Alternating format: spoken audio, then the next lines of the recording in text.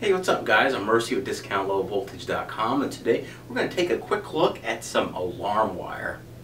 Let's get to it. So here's a up-close shot of the cable itself. It's an 18-4. Okay, it's sold on 1,000-foot reels. The reel is standard.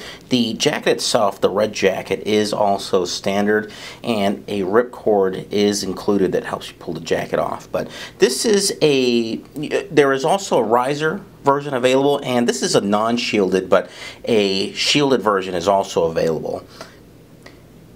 The fire alarm cables are used for a variety of life safety devices such as smoke detectors, alarm notifications, strobes, sirens, pull stations, pretty much anything that's fire related, you're going to be using this type of cable.